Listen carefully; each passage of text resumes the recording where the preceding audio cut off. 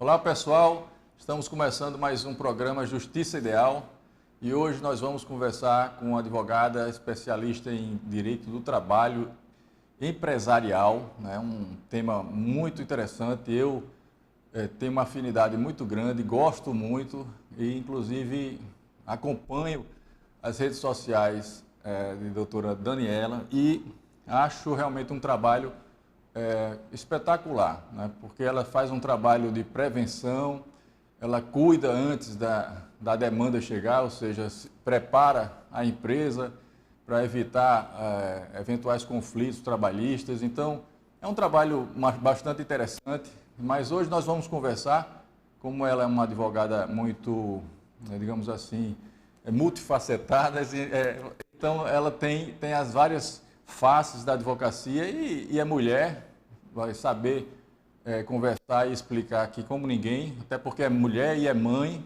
e é uma profissional extremamente dedicada ao seu mistério. Então, vai falar um pouco sobre maternidade e carreira, os direitos da mãe, né, da mulher, que não começam, não se iniciam apenas após o nascimento de um filho, mas já desde a gestação, que as mulheres têm seus direitos, seus deveres, né, como trabalhadora, e vai nos falar um pouco sobre quais são os direitos dessa mulher, né, dessa mulher e mãe, né? Então, eu queria, antes de mais nada, agradecer a sua presença e por ter aceito o nosso convite. Eu gostaria de falar um pouco mais sobre o seu currículo aqui, mas o nosso tempo é bem curto, eu já tinha lhe falado. Mas aos poucos as pessoas vão sabendo e depois você vai deixar aí sua rede social que as pessoas vão lhe acompanhar e vão lhe conhecer um pouco melhor. Então, prazer ter você aqui. Sempre lhe admirei como profissional, né? E aqui a Master é sua casa. A hora que você quiser falar sobre algum tema, é só nos comunicar, porque eu tenho certeza que será muito relevante para as pessoas, a sociedade da Paraíba, pessoas que prestigiam essa emissora. Então, fique à vontade para as suas primeiras palavras aí. Muito obrigada, primeiramente, doutor Lula, né? Pode chamar doutor Lula, pode, né? Pode. Muito obrigada, doutor Lula, pelo convite, por todos os elogios aqui tecidos, né? Eu sou muito grata, de verdade, por todo esse reconhecimento e saiba que é recíproco, né? A jovem advocacia sempre se espelha nos grandes profissionais e tenho certeza que o senhor é um deles. E obrigada desde já pelo convite. O tema realmente é um tema muito relevante, né? E tratar sobre esse tema aqui nas vésperas do Dia das Mães é um tema que realmente merece destaque, né? Essa temática que nós vamos conversar, ela é de extrema relevância, até porque, há uns anos atrás, 2019, eu gosto muito desse dado, a revista Crescer, ela fez uma pesquisa, identificou que 94% das mulheres têm esse conflito entre maternidade e carreira.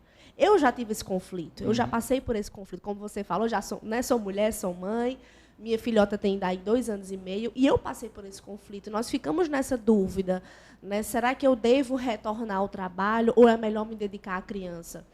A gente sabe que até os 3 anos é o tempo de maior desenvolvimento da criança. Então, tudo que a criança vai viver, vai experimentar, vai aprender, ali naquele período vai formar o caráter e a personalidade da criança. Perfeito. E você fica naquele receio. Será que não é melhor eu ficar em casa, eu cuidar, eu orientar aquela criança, formar a personalidade dela, do que deixar com a babá, do que deixar numa creche, do que deixar com uma avó? Você passa por esse conflito, porque você queira, quer não, se sente na responsabilidade como mãe, né, ou como pai, de realmente cuidar e orientar o caminho daquela criança. Mas eu sempre falo que é importante a gente avaliar a nossa realidade. E falar sobre esse tema é falar, de fato, sobre esse conflito que existe em toda mulher. E entender que cada realidade é única, né? A minha carreira é diferente da sua, a minha carreira é diferente de quem está assistindo, a minha carreira é diferente de outras mulheres, é uma outra realidade. E, quando a gente fala sobre isso, é importante a gente entender tanto o contexto histórico, o contexto cultural, o contexto religioso. A gente não pode negar que o Brasil foi, né, colonizado por Portugal, então tinha os índios foram catequizados, tudo isso, toda a religião católica foi inserida. A nossa Constituição, ela fala sobre Deus, ela é uma Constituição cristã, quer não, a gente não pode negar isso. E os princípios basilares do cristianismo, eles são enraizados nisso, né? Por conta da queda do homem.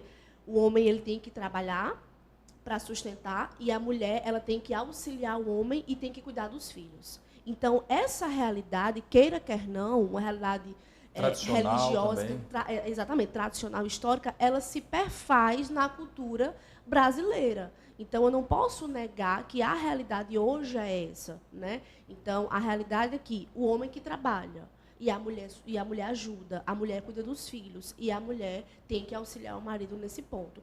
Então, muitas vezes, quando a gente fala de carreira, há esse conflito. Não, mas será que eu não estou excedendo o meu papel? Será que eu realmente tenho que só ficar em casa? Será que eu realmente tenho só cuidado? Será que eu não posso exercer um trabalho? Esse conflito surge. E é um conflito válido, né? Acho que toda mulher passa por isso. E é importante a gente ressaltar que você não é uma mulher inferior pelo fato de você decidir ficar em casa com os filhos e cuidar da sua casa. E você não é uma mulher superior pelo fato de você querer seguir uma carreira, fazer um mestrado, um doutorado, ir para fora e simplesmente não ter essa atenção completa à família, né? Na verdade, o que a gente preza muito hoje é mais por um tempo de qualidade. Isso é mais importante do que você passar um dia todo, é você ter um tempo de qualidade. E isso é muito importante. É muito importante. Inclusive, eu queria fazer só uma observação, que também deve passar pelo crivo, pela conversa, pelo diálogo familiar também. Porque aí eu vou falar um pouco da minha experiência como pai. Eu sou pai de 3 filhos e eu participei efetivamente da vida de cada um, e desde da limpeza de bebezinho, acordar de madrugada para revezar e não cansar tanto a mãe. Ou seja, eu acho que passa também pelo bom senso, pelo equilíbrio, né, de um pai sensível e aí presente, né? E aí, como você disse, o tempo de qualidade, né? Às vezes você passa muito tempo com um filho, às vezes entre aspas, porque você não está prestando atenção nos pleitos dele, nas angústias dele, nos anseios dele, né? Na fome, enfim, isso tudo é a percepção de um pai ou de uma mãe atentos, né? Então, passa muito por um diálogo familiar, para que um momento você precisar trabalhar, a mulher precisar trabalhar, que o pai fique um pouquinho, atrase um pouquinho o seu trabalho. Muitas vezes o pai pode, porque é o dono do próprio negócio, ou então isso tem que haver um consenso aí, uma conversa, não é isso? Essa conversa é essencial, até para que haja, vamos dizer, uma divisão das cargas. Eu sempre falo que muitas vezes a carreira feminina e a carreira masculina, ela é injusta por alguns motivos. A carreira masculina ela é mais linear, vamos dizer assim. O homem, se ele quiser crescer profissionalmente, ele pode e ele não encontra obstáculos. A carreira da mulher não. Ela é linear, mas ela para. Linear, ela para. Linear, ela para. Tem a gestação, tem os filhos, tem aquilo. Fora tudo isso, nós temos uma dupla jornada. Então, são poucos, eu não tenho exatamente o percentual agora, mas eu fiz uma vez uma pesquisa sobre isso, são poucos os homens que dividem as cargas com as mulheres quanto às atividades domésticas. Há um desequilíbrio realmente nessa divisão de atribuições domésticas. Perfeito. Esse desequilíbrio, ele conta muito, porque a mulher ela já chega de uma jornada extenuante do trabalho e ela já vai para uma outra jornada. Eu sempre falo que é meu terceiro turno, eu sempre posto lá, no terceiro turno agora, brincando com minha filha. E aí, quando a gente vai se dedicar a algo pessoal, já é tarde da noite, já nem muitas vezes a gente consegue. Então, essa conversa, como você falou, esse diálogo, esse levar as cargas um do outro, é muito bacana. Porque a gente consegue cada um crescer, cada um ajudar o outro. Agora, realmente, por essa questão cultural, nem todo homem tem essa mentalidade. É verdade. De que eu preciso ajudar minha esposa para que ela também cresça profissionalmente. De que eu preciso cuidar dos meus filhos para que eles também saibam que o pai é um pai presente e que está lá, né? Porque tem essa visão, o pai trabalha, bota dinheiro em casa, bota comida, ponto. E a mãe que cuida, que dá amor, que dá carinho. Então, até a própria figura paterna, ele precisa ser mudada para que o pai também possa estar presente e não só ajudar a mulher, mas ter essa figura realmente para o filho, né? Perfeito. Então, esse ponto que você colocou é essencial. Mas, inclusive, quando a gente fala sobre esse tema, é inegável a gente falar sobre a questão da pandemia. Né? Houve um índice crescente, enorme, de desemprego relacionado às mulheres. E por que as mulheres? Né? Até me fizeram essa pergunta. E por que as mulheres, o índice de mulheres desempregadas com a pandemia foi maior? Pelo simples motivo. Muitas escolas, muitas creches ficaram sem funcionar. Então, quem teve que sair dos empregos para cuidar dos filhos? As mulheres. Isso. Esse foi um ponto principal. Então, quando você coloca em xeque uma situação que precisa cuidar da criança, quem sai do emprego? A mulher ou o homem? A mulher. É como se fosse assim, vamos escolher aqui quem vai trazer menos prejuízo econômico. Isso. Se eu sair do emprego, o do homem, que talvez ganhe mais, que geralmente ganha mais, né? Talvez haja um prejuízo econômico no sustento da sua família. Então, Exato. É melhor sair você. E você vai cuidar das crianças.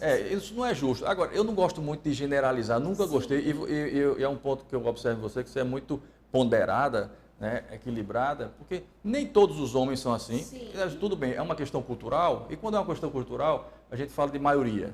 Né? Mas eu conheço muitos amigos, são pais extremamente dedicados, e dividem, repartem. Né? Tem uns, inclusive, que têm uma carga horária de trabalho menor do que a mulher, né? Porque eles são funcionários públicos, ou federal, ou estadual, que tem uma carga horária X, que agora... Vocês têm o seu negócio, consegue, que é uma mulher que trabalha na carteira assinada, que tem horário. Que tem que cumprir o horário, né? Então, eles cuidam mais até dos filhos, acontece isso. Inclusive hoje, né, na vida moderna, os pais, inclusive, estão se dedicando mais, né? Enfim, há essa ponderação a ser feita. A gente não pode, eu não gosto nem de machismo, nem de feminismo exagerado. Eu sou que nem você.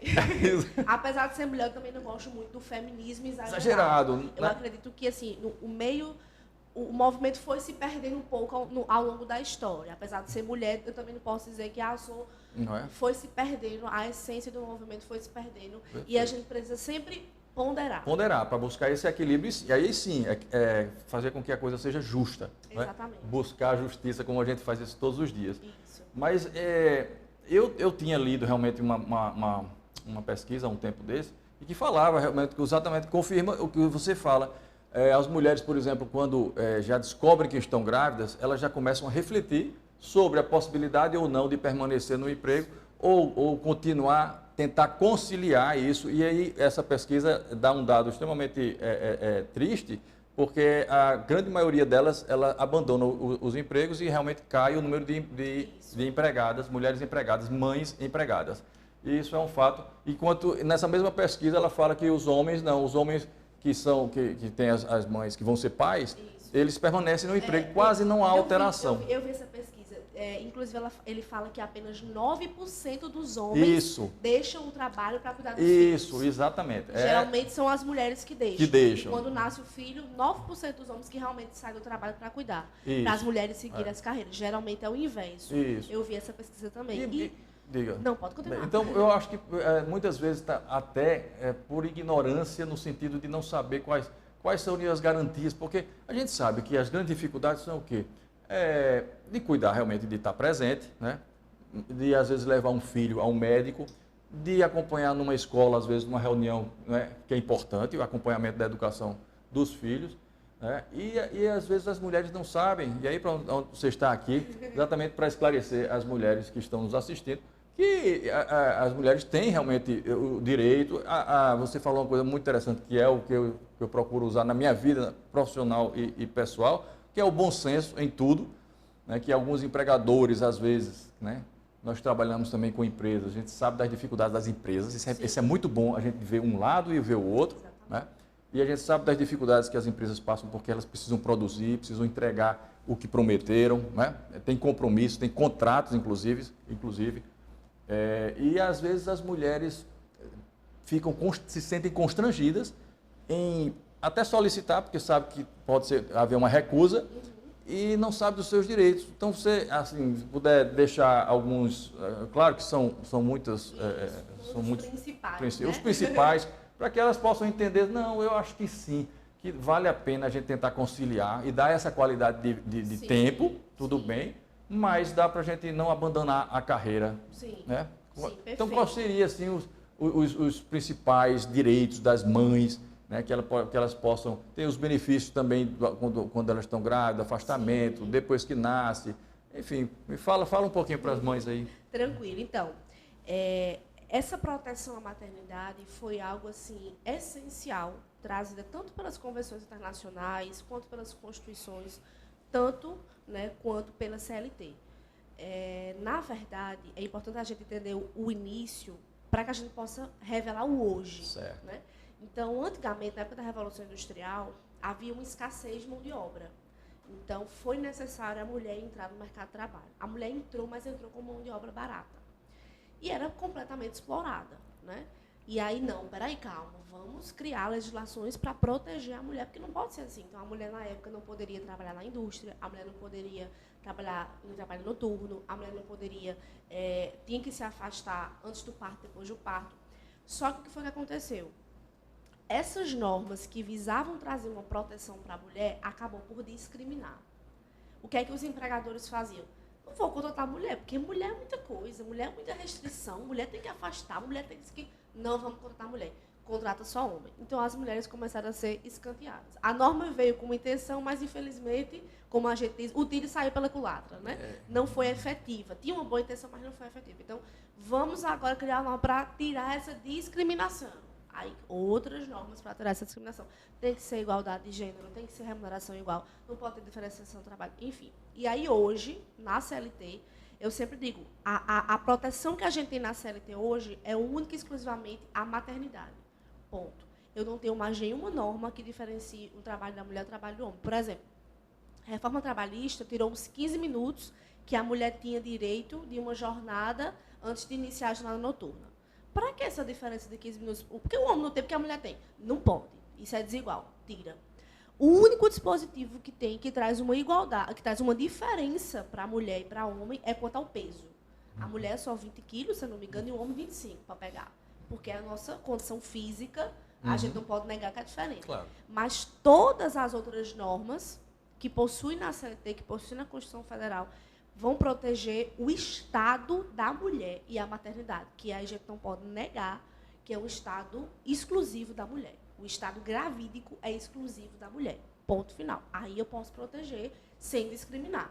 E pensando nessa proteção, a CLT traz diversas normas desde a concepção, que tinha essa discussão, né? A estabilidade, por exemplo. É de quando o empregador tem ciência, de quando eu vou lá e digo para o empregador que eu estou grávida. Não, é desde a concepção. Então, agora, quais são os direitos que nós temos, que as mulheres têm?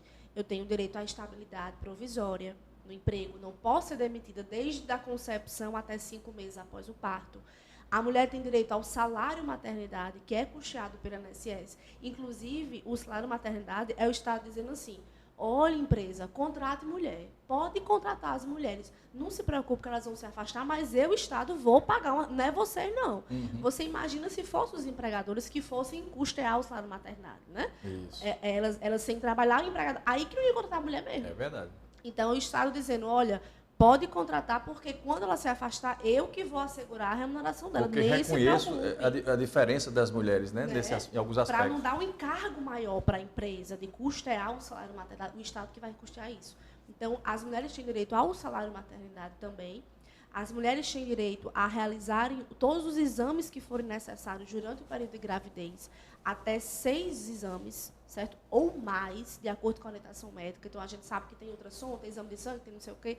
Como eu falei, e aí você citou no início, é bom senso. Se tem como aquela empregada fazer um exame de sangue pela manhã, fazer uma ultrassom no mesmo dia, bacana.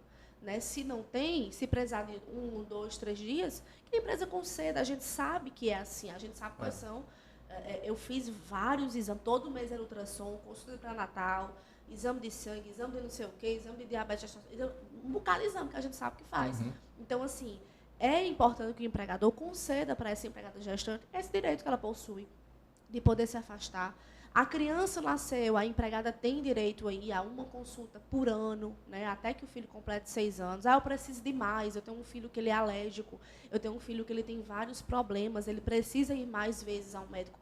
Combina com o empregador, né? Então, uma outra vez é possível. Se a empresa tem banco de horas, tá bom, eu vou me afastar, eu vou lá passar 3 horas na consulta, depois eu compenso esse horário. Tudo é como um acordo. É bacana quando tem essa interação entre empregado e empregador, para que haja, de fato, um esclarecimento e que nenhuma das partes fiquem prejudicadas. É verdade. Né?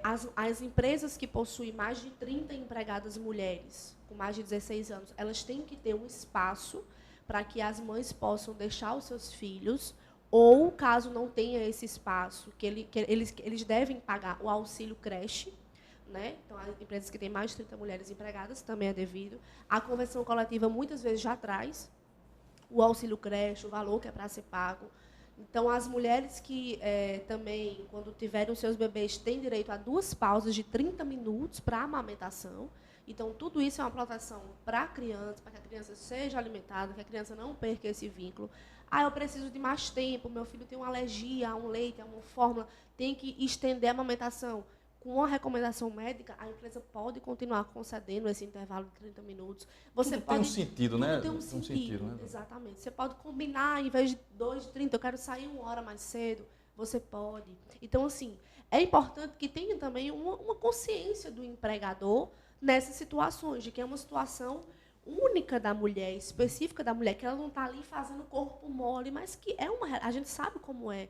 Né? Você que foi pai de 3, né? Deve ter acompanhado também como as mudanças que são físicas, psicológicas, emocionais, que o próprio parto traz, que o próprio estado da mulher traz. Então, por isso que muitas vezes a mulher ela fica nesse fogo cruzado. Será que eu volto? E você acaba se apegando. Né? Você se apega à criança, você lá todos os dias, aquele bebezinho. Depende de você. Você acaba que esquece um pouco da sua carreira e você fica. Eu acho melhor realmente me dedicar a essa criança. Né? E aí é importante, como você falou, ter essa conversa com a família. Né? Você está com o esposo. Por quê? Tem situações de famílias que a mulher ela não tem como abrir mão da sua renda. A mulher precisa trabalhar, porque a renda dela complementa até a própria subsistência. Sim, com certeza. Então, um casal que cada um ganha um salário mínimo, como é que a mulher vai abrir mão? Não pode. Entendeu? Então, assim, é muito complicado. Quando tem situações que a mulher consegue abrir mão, que tem alguém para ajudar, tem uma rede de apoio, tem uma família, tem uma creche que consegue deixar num preço mais acessível, é bacana. Mas tem situações que não tem. Então, a mulher vai ter que abrir mão da carreira para poder cuidar do seu filho. Né? E isso não faz delas inferior. Sim, claro. Pelo contrário. Você falou aqui, deu um exemplo antes da gente entrar no ar. Isso. Né? Que retrata exatamente isso, que não diminui a mulher. Não diminui a mulher, exatamente. E é importante entender a sua realidade. Os direitos estão aí para proteger, os direitos estão aí para assegurar. E é importante que tanto a empregada ela conheça os seus direitos, e é por isso que a gente está aqui hoje, né? Claro. E é importante também que os empregadores conheçam também, né, desses direitos para que possa assegurá-los, né? Muitas vezes surge essa dúvida, né? Mas e aí? Ela faltou 2 vezes para levar para o filho o desconto, então vamos parar para analisar.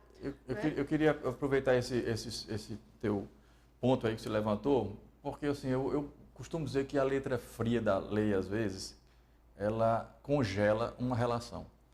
Ela é tão fria que chega a comprometer uma relação que anteriormente poderia até ser boa, né? Mas por se apegar, às vezes, a um detalhe, né, que traga algum prejuízo ao empregado e que não traga grandes prejuízos ao empregador, poderia ter havido um bom senso, ter sido utilizado o bom senso. E eu sempre fui muito voltado para essa questão da conciliação, da conversa, do diálogo, e foi assim que eu resolvi muita coisa na minha vida. Né? Teve um fato que depois, uma outra ocasião, uma conversa, que eu fui mais psicólogo do que advogado. Acontece muito, né?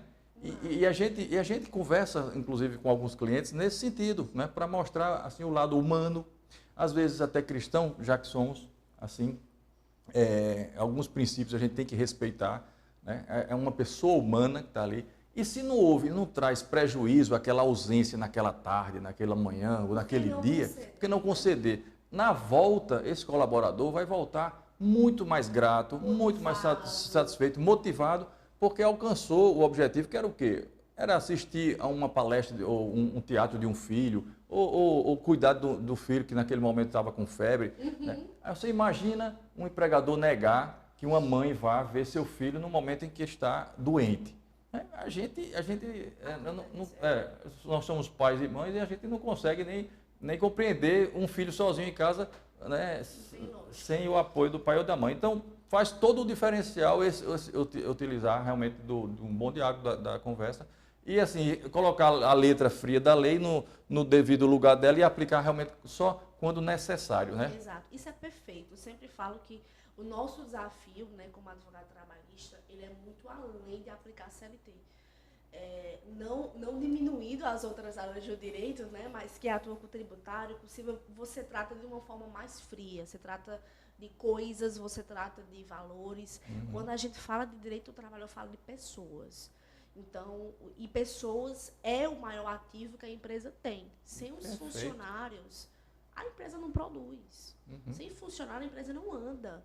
Então, é preciso que haja essa consciência de que a forma que eu trato um contrato aqui de aluguel do meu estabelecimento, que eu trato com a Receita Federal, é completamente diferente da forma que eu vou tratar com os meus empregados, porque são pessoas. Perfeito. Então, esse bom senso, esse olhar humano de avaliar o que é que pode ser feito aqui, o que é que pode ser feito ali, é muito importante, porque isso, como você falou, isso gera uma motivação no empregado. Cara, a empresa me concedeu isso, a empresa conseguiu deixar isso aqui, stand-by, concedeu me liberar aqui, vou dar o meu melhor, porque realmente a empresa pensa em mim. Então, essa troca ela é essencial, né? Quando o empregado cresce, a empresa cresce e vice-versa. Então, esse diálogo é importante. A gente vê muito isso, por exemplo, em situações em que o empregado está faltando de forma injustificada.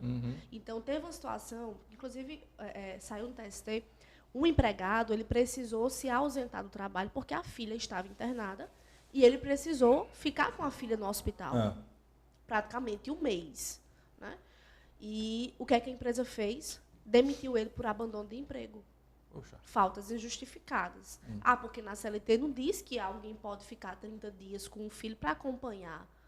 Ele tinha declaração de acompanhamento, a empresa sabia da situação dele. E o que aconteceu? Ele foi demitido por justa causa. Chegou no tribunal, o tribunal reverteu. Entendeu? Por quê? A empresa poderia ter concedido para ele uma licença remunerada. E ele ter perdido o direito a férias. A empresa poderia ter feito uma outra forma, mas não demitir, porque, ou seja, não houve intenção dele de abandonar. Ele não abandonou o emprego. Ele simplesmente se afastou porque estava passando por uma situação com a filha no hospital e tinha que ficar. Então, muitas vezes, e aí é o nosso papel também, para as empresas que têm uma assessoria jurídica, a importância da gente orientar nesse sentido. Eu sei que muitas empresas erram porque não conhecem. Perfeito. Né? E a legislação, ela, como você falou, ela é fria. É fria. Né? A legislação ela é fria. Se você pegar lá, deixa eu ver aqui a CLT, isso aqui, vamos fazer igual. É totalmente diferente de você analisar a jurisprudência, o que é que o tribunal pensa, o que é que o TSE está pensando, o que é que os julgados, o que é melhor. Né? Então, assim, entender essa realidade, a gente que está no dia a dia, a gente consegue entender que é uma situação que nem sempre o RH ou a contabilidade vai entender o que é que o tribunal pensa, os julgados pensam. Eu faço um paralelo interessante. Essa semana eu me lembrei agora por causa disso. Eu dei um paralelo sobre fins de relacionamento. E aí eu faço um paralelo com um casamento. Porque muitos casamentos hoje se acabam porque às vezes falta paciência aqui, né? Um fato que tem incomodado assim, né? Bastante agora, presente, mas se você for olhar para o histórico, né? Desde quando você começou a relação, o que é que lhe atraía naquela pessoa, né? A bondade, o carinho, o respeito e tal. E eu faço um paralelo com o empregado. Muitas vezes o empregador, né? E a gente atua muito na defesa do empregador, o empregador ele enxerga às vezes aquele momento, né? E não olha para trás como contribuiu aquele colaborador, aquele empregado, né, para a construção e crescimento daquela empresa dele. Agora, numa falha, às vezes, numa única falha, ele pode até ter falhado, né, na falta de comunicação, né, mas ele é um bom trabalhador. Isso também deve ser levado em conta, né, porque às vezes a demissão é cara, né, fugindo um pouquinho só daquele assunto, mas de qualquer maneira é direito de trabalho. Né? Mas aqui é um bate-papo. A gente... fugir um pouco aqui, mas a demissão, né? Ou seja, é desnecessário, é um custo alto, por um fato isolado e às vezes é uma questão até pessoal, se chateou de forma pessoal, né?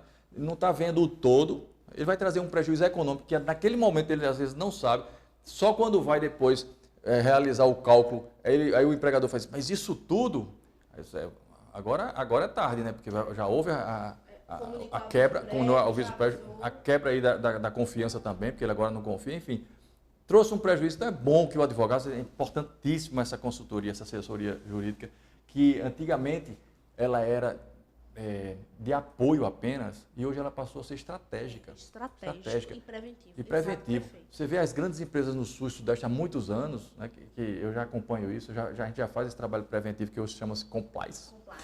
Mas a gente faz isso há muito tempo e a gente via em outras grandes empresas o advogado participando daquelas reuniões de negócios e o advogado estava lá para dar uma opinião, orientar, né, para evitar um problema que possa acontecer. E é uma realidade hoje, a gente tem que entender que o nosso papel hoje é o que eu sempre digo, solucionar conflitos e mitigar riscos. Então, a judicialização precisa ser assim em casos excepcionais, né?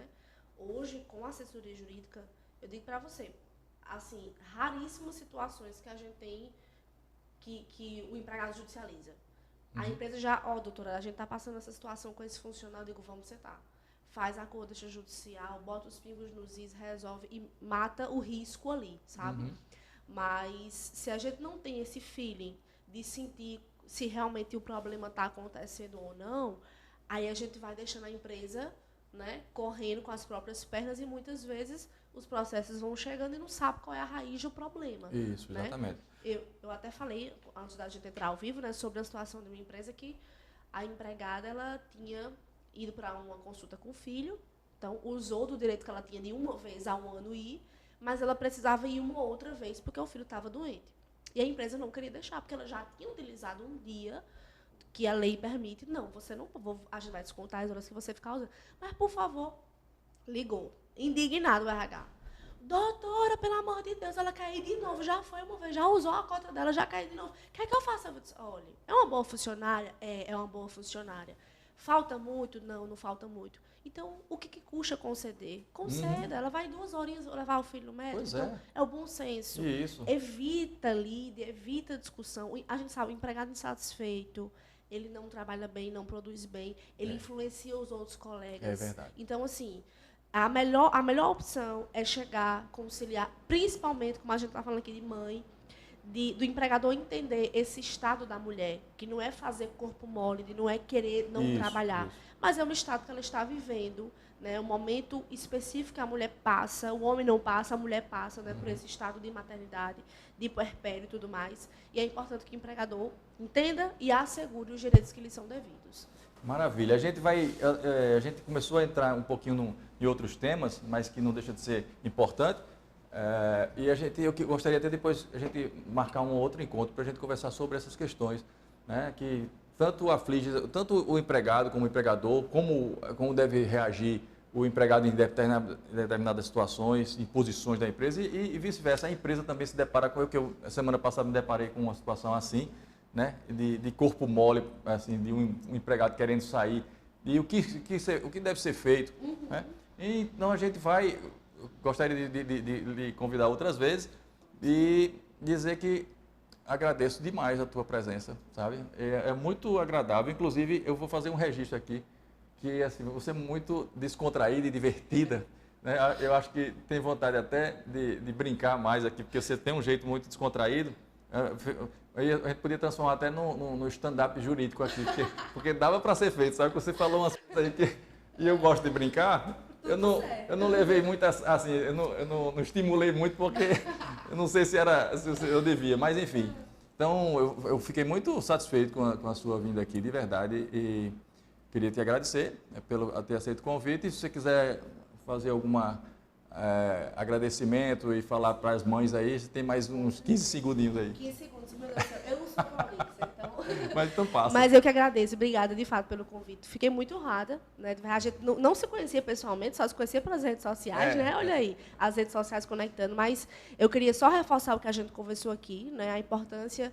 Eu sei que tem esse conflito, eu sei que você que é mãe, algum momento ou agora, passa por esse conflito entre o que escolher, a maternidade ou a carreira, o que me dedicar, o que é mais importante.